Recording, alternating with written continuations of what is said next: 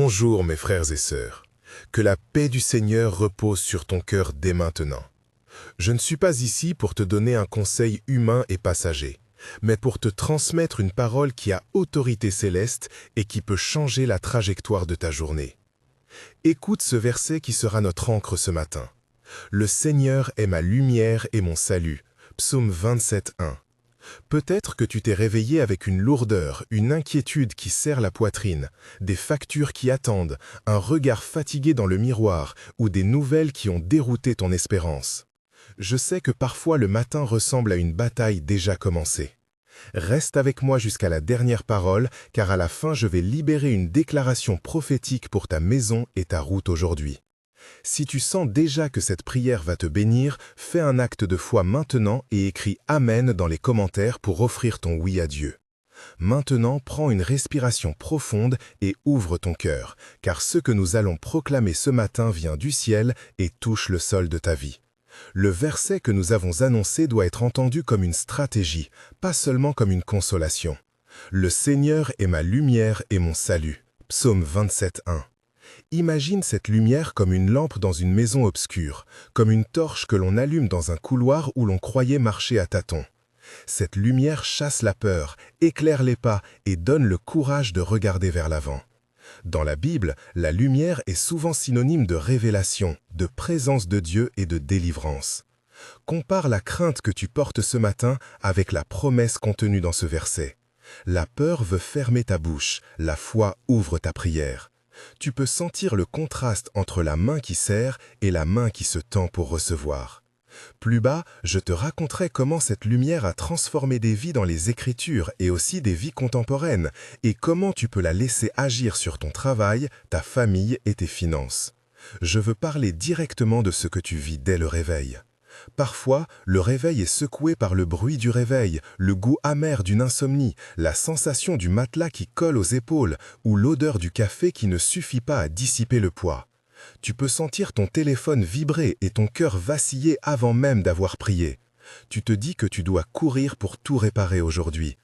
Il y a aussi la fatigue émotionnelle, la voix intérieure qui répète des échecs, des images de conflits qui tournent comme un film. Je connais ce poids. Je vois Marie dans mon voisinage qui ouvre la porte et serre ses enfants en murmurant « Amen » sans savoir comment payer la prochaine facture. Je vois Jean, le collègue, qui mâche son café pour cacher la peur d'un entretien. Je veux te dire que tu n'es pas seul, tu n'es pas seul. Cette parole est pour toi et pour chaque personne qui entend et répond. Écris « Amen » maintenant si tu veux que cette parole devienne une arme et un abri pour toi. Suis-moi un instant dans quelques récits qui illustrent la fidélité de Dieu. Première histoire, Zacharie dans l'évangile de Luc. Il était vieillissant, servait au temple et portait un silence d'attente. Il ne voyait pas d'issue selon la logique humaine. Et voici la vision, l'ange qui annonce un fils, une promesse qui renverse la stérilité en louange. Sensons la scène ensemble. L'air du temple chargé d'encens, le bois ancien du banc qui craque sous le genou, la lumière filtrée par les vitraux qui dansent sur la poussière, l'odeur du parchemin, la voix de l'ange qui résonne claire. Dialogue reconstitué en paroles simples pour faire sentir la rencontre. Zacharie dit « Comment cela se fera ?» L'ange répondit « Je suis Gabriel, je viens avec une promesse. » Zacharie avait peur. L'ange lui donna un signe. Et la foi naquit malgré le doute. Le silence fut brisé par une louange. Cette histoire nous rappelle que Dieu intervient souvent dans le lieu le plus ordinaire et qu'une parole peut rompre un long silence. Seconde histoire, la route d'Emmaüs. Deux disciples marchent le soir, le cœur lourd et les pas lourds. Ils sentent le vent frais, la poussière qui colle aux sandales, le goût salé des larmes, la voix du voyageur inconnu qui commence à leur parler. Écoute ce dialogue imagé et sensorialisé. Tu es le seul à comprendre ce qui s'est passé. Qui es-tu pour nous parler ainsi? Ne ressens-tu pas le feu qui s'éteint en toi? Raconte-nous ce qui a changé. Ils prirent le pain et leurs yeux s'ouvrirent. Ils reconnurent enfin le Seigneur. Les sensations étaient le craquement du pain sous les doigts, l'odeur de terre humide après la pluie, la lumière rougeoyante du couchant qui caressait leur visage, la chaleur qui remplaça la froideur du désespoir, le son du pas qui se fit plus léger. Ce récit nous enseigne que la reconnaissance arrive souvent au partage, au pain rompu, dans une atmosphère où la lumière renaît. Troisième histoire, Ézéchias face à la maladie et la menace. Dans 2 Rois, l'homme est malade, la peau pâle, la respiration faible, l'espoir fragile. Sens, l'odeur des onguents, la lourdeur du lit, le toucher de la main tremblante de sa femme, le silence de la maison comme une chambre de veille, puis la parole prophétique qui entre comme une brise. Dialogue reconstitué. Docteur dit qu'il n'y a pas d'espoir. Prophète dit « Rends-toi au Seigneur ». Ézéchias pria avec une voix faible. Dieu répondit et il ajouta 15 ans. La lumière revint sur son visage. Le peuple loua l'Éternel. Ces images te rappellent que Dieu peut prolonger la vie et rétablir ce qui semblait clos. Parmi ces exemples bibliques, je veux aussi citer Bartimée sur le bord du chemin. Sensation, poussière qui vole quand la foule passe, la voix rauque de l'homme qui crie, la texture rugueuse de la tunique qu'il serre, le soleil qui brûle sa tête, la main qui touche et restaure la vue. Dialogue amplifié, « Fils de David, prends pitié de moi !» Les gens lui dirent de se taire. Il cria encore plus fort. Jésus fit halte. « Que veux-tu que je te fasse? Je veux voir. » Ainsi, la persistance dans la prière attire l'attention du ciel. Avant d'entrer profondément dans la prière, laisse-moi partager un court récit personnel et la backstory de celui qui te parle maintenant. J'étais enfant dans une maison modeste, un lieu où le chant se mêlait au bruit de la pluie contre les tuiles. Mon père André travaillait tard, ma mère Claire cousait des vêtements à la lampe et j'ai appris que la foi se vivait dans la simplicité. L'odeur du pain, le contact du porche usé sous les pieds, les histoires bibliques murmurées au coucher ont défini mes premiers pas vers le Seigneur. Ensuite est venue une période de crise où tout semblait se fissurer. Une période de chômage, les nuits sans sommeil à compter les factures, les silences dans les appels de proches et le froid qui rentrait dans la maison malgré le chauffage. C'est là que la foi a été formée, non comme une idée, mais comme un choix quotidien de se lever pour prier. Aujourd'hui, je marche avec une espérance renouvelée, une posture de dépendance volontaire, prêt à confier toute victoire entre les mains de Dieu, sachant que la lumière de Psaume 27 ne me déçoit pas. Maintenant, je veux poser un moment de tension où ta réalité rencontre Dieu. Premier moment de tension. Tu regardes ton relevé bancaire et la peur serre ton ventre. Tu te demandes comment nourrir ta famille et payer le loyer. Tes mains tremblent quand tu composes un numéro et raccroches avant d'avoir parlé. Une mémoire te hante d'une dette passée et tu penses que l'histoire va se répéter. Ce moment pousse à 2 choix, fléchir sous le poids ou lever les yeux vers celui qui pourvoit. Choisis la foi, prononce ces mots avec moi et laisse la crainte perdre sa place. Deuxième moment de tension. Au travail, tu fais face à une décision qui peut tout changer. Une porte qui doit s'ouvrir ou se fermer. Tu sens la gorge serrée, la sueur sur la nuque, la voix qui vacille. Souviens-toi que Dieu est ta lumière et ton salut, aussi dans la salle de réunion. Troisième moment de tension. Une relation brisée te retient dans la nuit. Les paroles qui ont blessé restent collées à ta mémoire, comme l'odeur d'un feu éteint. Tu as peur de pardonner, car tu crois que pardonner, c'est perdre. Mais le pardon est une clé qui ouvre des portes où la paix peut entrer. Chacun de ces moments demande une décision courageuse et une prière qui va avec. Maintenant, si tu as été touché par ce que nous avons partagé, je t'invite à agir pour renforcer notre communauté. Je vois ici Sarah qui a déjà posé un mot de foi, je vois Pierre qui a partagé un témoignage la semaine dernière, je vois Luc qui m'a appelé ce matin pour demander prière, je vois Sophie qui pleure sans bruit et je vois Thomas qui a mis son rendez-vous entre les mains de Dieu. Si cette parole te touche, écris « Amen » dans les commentaires, comme offrande de foi.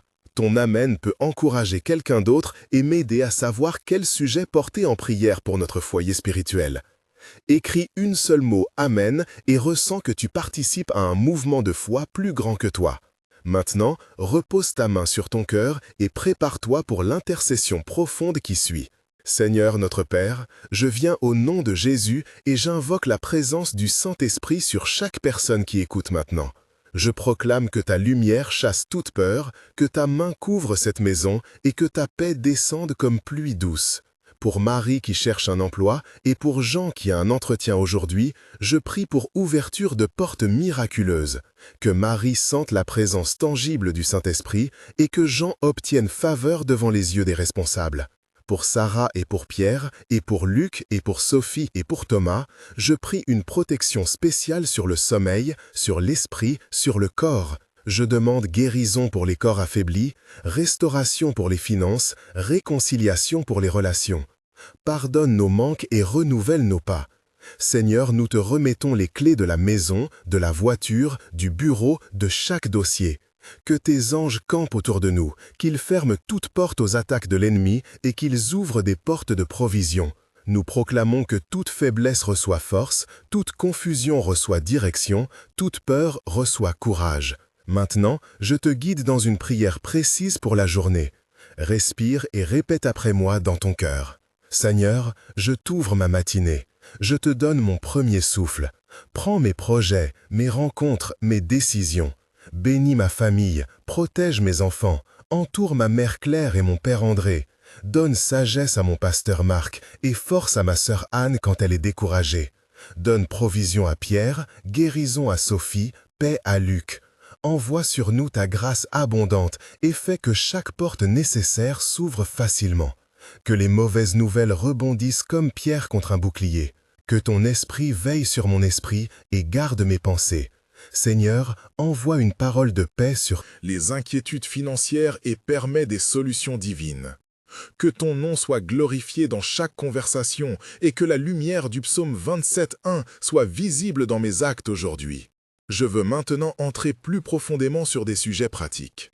Si tu es marié, porte ton conjoint dans la prière et prononce ce que je dis pour que l'unité soit bénie. Si tu es parent, proclame protection sur tes enfants et sur leur école. Si tu as une entreprise, confie tes clients et tes employés à l'onction du Seigneur. Si tu es malade, déclare guérison et attache à cette déclaration une parole biblique comme en Romains et dans 1 Corinthiens qui nous rappelle que par la foi nous marchons. N'hésite pas à prononcer ces phrases à voix haute dans ta maison pour ancrer la bénédiction. Sens le sol sous tes pieds, le souffle qui se calme, la chaleur d'une main sur la tienne, comme si un ange te touchait. Visualise la lumière qui pénètre chaque pièce de ta maison, chaque recoin de ton cœur, balaie l'obscurité et installe la paix. Dialogue de foi pour t'aider à croire et à proclamer. Scène principale entre deux amis, 6 échanges pour renforcer la persistance dans la prière. « Tu crois vraiment que Dieu peut changer ça ?» demande Marie. « Oui, je crois, j'ai vu le Seigneur agir » répond Luc. « Et comment commencer quand tout semble perdu ?» demande Marie. « On commence par un pas de foi, une prière simple et la confiance, dit Luc. Mais j'ai peur d'être déçu, avoue Marie. La promesse est plus forte que la peur, rappelle-toi psaume 27, répond Luc. Alors je prie avec toi maintenant, conclut Marie. Ces paroles doivent être répétées, revécues, portées par la respiration jusqu'à ce que la foi remplace la peur. Sens ici la voix qui tremble, la chaleur de la main qui serre, la vue qui s'éclaircit, l'odeur du café partagé et le son d'un amen qui résonne. Maintenant, je libère une parole prophétique pour aujourd'hui. Au nom de Jésus-Christ, je déclare que ta victoire est entre les mains de Dieu. Je proclame que les portes fermées s'ouvrent, que les contrats retardés arrivent, que les diagnostics incertains trouvent guérison, que les relations blessées reçoivent parole de paix.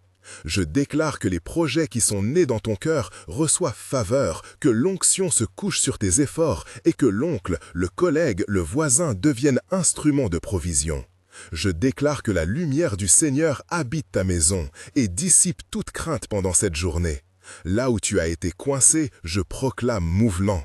Là où tu as eu peur, je proclame courage. Là où tu as douté, je proclame foi. Reçois cette parole et dis « Amen ». Amen. Avant de conclure, je te donne quelques orientations pratiques pour commencer vraiment chaque matin sous cette lumière. Première chose, ne regarde pas ton téléphone avant d'avoir prié. Laisse le monde attendre un instant. Deuxièmement, commence par une lecture courte de l'Écriture, un chant, une respiration consciente. Troisièmement, écris une chose que tu veux confier à Dieu aujourd'hui, un nom, une décision, une rencontre. Quatrièmement, partage ton besoin avec une personne de confiance comme Anne, Pierre ou Marc et demande qu'il prie avec toi. Ces gestes sont des habitudes qui ancrent la foi. Fais-les chaque matin pendant 7 jours et observe le changement. Si cette prière t'a touché, abonne-toi à la chaîne pour recevoir d'autres messages et playlists de prières qui t'accompagneront au quotidien.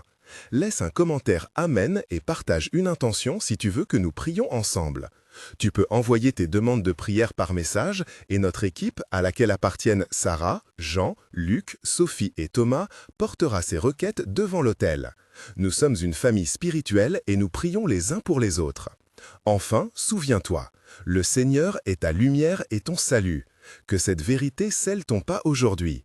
Je déclare au nom de Jésus que la paix de Dieu garde ton cœur et ta pensée, que la grâce te couvre et que tu marches en victoire, que chaque porte nécessaire s'ouvre, que chaque attaque perde sa force et que la joie du Seigneur soit ta force.